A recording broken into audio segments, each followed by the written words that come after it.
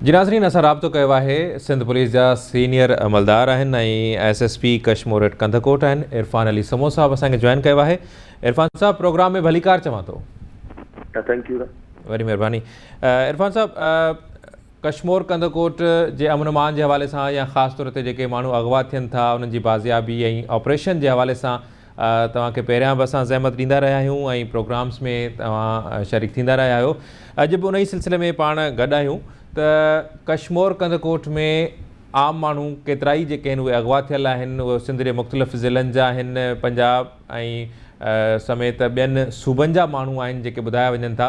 पर जेके रिपोर्ट थियल आहिनि उहे लॻभॻि के 18 माण्हू आहिनि जेके हिन वक़्तु बि धाड़ेलनि जे चंबे में आहिनि। उन सां गॾोगॾु गुज़िरियल 2-4 ॾींहंनि खां वठी जेका सूरत हाल हले पई या ऑपरेशन बि जारी आहे, SHO समेत 3 एहलकार जेके आहिनि सिंध पुलिस जा उहे बि अगवा थियल आहिनि। त हिन वक़्तु ताईं कहिड़ी अॻभराई थी सघी आहे ऐं हिन वक़्तु तव्हां ऑपरेशन खे लीड कयो पिया, ऑपरेशन बि जारी आहे, छा मौक़िफ़ आहे अवां जो हिन हवाले सां?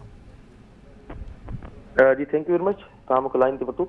ॾिसो, कश्मीर पुलिस गुज़िरियल काफ़ी महीननि खां धाड़नि जे ख़िलाफ़ ऑपरेशन करे रही आहे कच्छ इलाइक़े में। उनजे जंहिंजे नतीजे में असांखे काफ़ी कामयाबियूं पिणु मिलियूं आहिनि। कुझु ई महीननि में कोई 15 हार्डन क्रिमिनल्स जेके आहिनि, डकॉइट्स जेके आहिनि हिते जेके मारिजी विया आहिनि।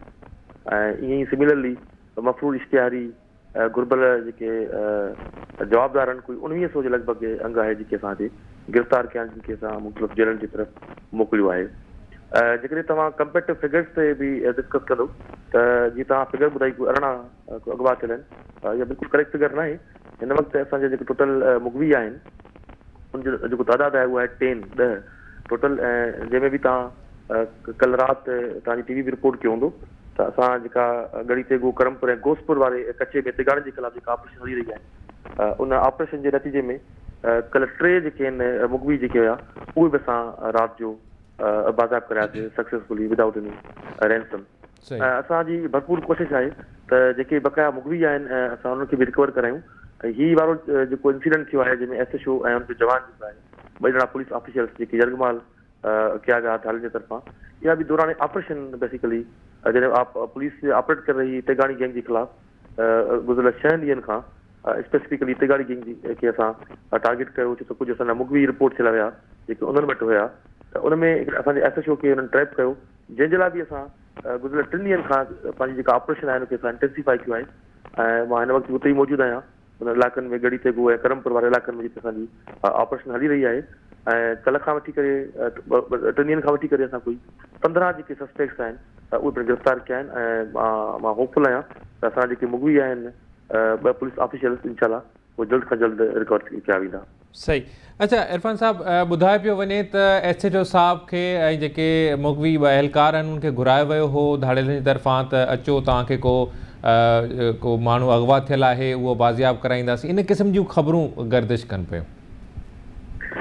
जी मां तव्हांखे जीअं ब्रीफ कयो त तेगाड़ी गैंग जे ख़िलाफ़ गुज़िरियल काफ़ी ॾींहंनि खां असां ऑपरेट करे रहिया हुआसीं ऐं उनखे काफ़ी नुक़सान पिणु थियो। उनजा जेके स्ट्रॉन्ग होल्ड्स हुया, मोर्चा वग़ैरह हुया, उहे बि असां बिल्कुलु डिमोलिश करे हिनखे धिकी छॾियोसीं इनसाइड कच्छ एरिया।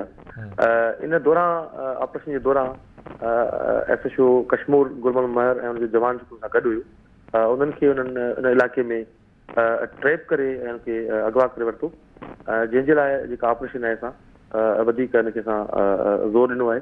ऐं इनशाला जंहिं तरीक़े सां असांजो रेट्स वग़ैरह हलनि था ऐं जंहिं तरीक़े सां असां अॼु बि ठीकु ठाक फायरिंग थी आहे, एक्शन जा फायर थियो आहे डकोइट सां, ऐं उनखे असां सोड़ो बि कयो आहे, काफ़ी गिरफ़्तारियूं बि अमल में आयूं।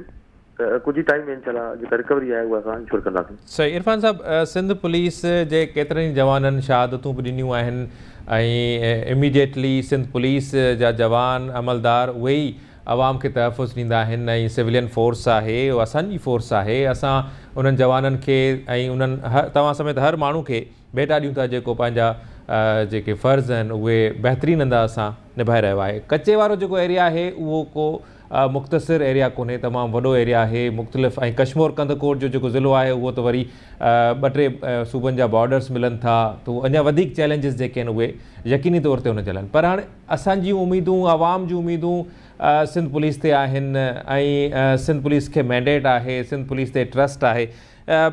सिंध पुलिस केतिरे वक़्त में ये जेको ऑपरेशन आहे मुकमिल कंदी, जेके मुग़वी आहिनि बाज़ियाब थी वेंदा, या जेको ही ॼण त इंडस्ट्री जो हिकिड़ो दर्जो ॼण त मिली वियो आहे, धाड़ियल आसानी सां उन्हनि माण्हुनि खे ट्रेप कनि था, पोइ कॾहिं औरताणे आवाज़ ते त कॾहिं ट्रैक्टर सस्तनि अघनि ते ॾियण जे लाइ या किस्तुनि ते ॾियण जे लाइ मुख़्तलिफ़ तरीक़नि सां उहे शयूं थियनि पियूं। त इहो जेको धाड़ियल राज आहे उनजे ख़ात्मे जे हवाले सां या मुकमिल तौर ते ख़ात्मे जे हवाले सां थियणु छा घुरिजे? तव्हां तमामु वॾो अरसो सिंध पुलिस में ॾिनो आहे, तव्हांजो तमामु वॾो तजुर्बो आहे, अवां कीअं पिया मुशाहिदो कयो?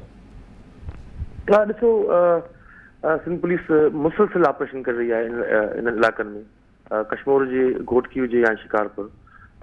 सभ खां पहिरियों इहा ॻाल्हि त क्लियर हुजणु खपे त कोई मुकमिल तौर ते जो कश्मीर डिस्ट्रिक्ट आहे को डिस्टर्ब न आहे। उन में कचे जा चंद पैकेट्स आहिनि जिथे बेसिकली धाड़ियलनि जी मौजूदगी आहे, जंहिंजे लाइ असां ऑपरेशन करे रहिया आहियूं। गुज़िरियल चंद महीननि में जीअं तव्हांखे मां फिगर बि ॿुधाई त कोई 15 जेके हार्डन ॾोहारी आहिनि, जेके धाड़ियल आहिनि, उहे पिणु मारिया विया आहिनि।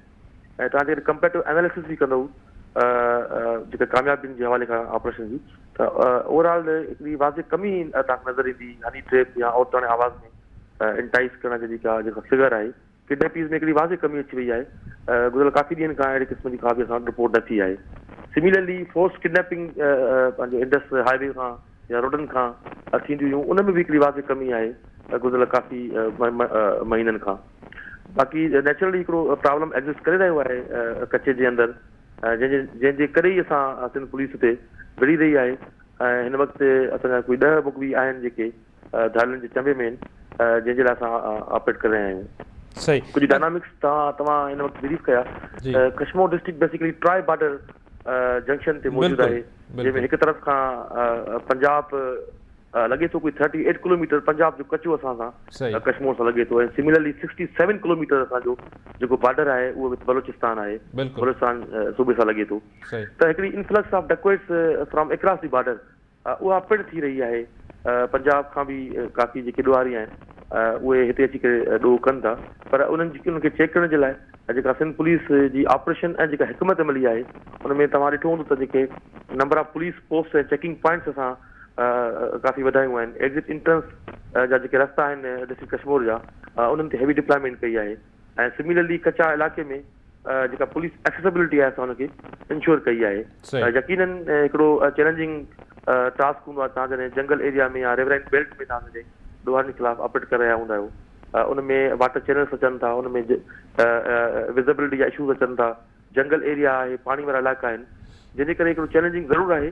पर इहा चैलेंज हमेशह सिंध पुलिस क़बूल बि कई आहे ऐं उनजे नतीजे में सिंध पुलिस खे हमेशह कामयाबियूं बि मिलियूं आहिनि। माज़ी में जेकर तव्हां ॾिसंदव त असांजा कुझु अहिड़ा ज़िला हुया जेके इंतहाई डिस्टर्ब्ड हुया। तव्हां जेके लाड़काणे जो मिसाल वठो, तव्हां ख़ैरपुर जो मिसाल वठो, तव्हां दादू जो मिसाल वठो, त उहे बि ईअं ई उन वक़्तु डिस्टर्ब्ड हुया। पर उहे बि सिंध पुलिस जे कुर्बानीनि जे नतीजे में, सिंध पुलिस जे ऑपरेशन जे नतीजे में हिन वक़्तु पीसफुल आहिनि। सिमिलरली ही असांजो जेको कश्मीर आहे इन में बि जेके चंद पैकेट्स वञी रहिजी विया आहिनि धाड़ियलनि जा, उन्हनि जे ख़ात्मे लाइ जेका असांजी ऑपरेशन हली रही आहे हिन वक़्तु, इंशाअल्लाह जल्द खां जल्द उहा जेके नतीजा आहिनि उहे साम्हूं अची वेंदा। वॾी महिरबानी इरफान अली समो साहब, तव्हां पंहिंजो टाइम ॾिनो। नाज़रीन, प्रोग्राम जारी आहे, वठूं था ब्रेक।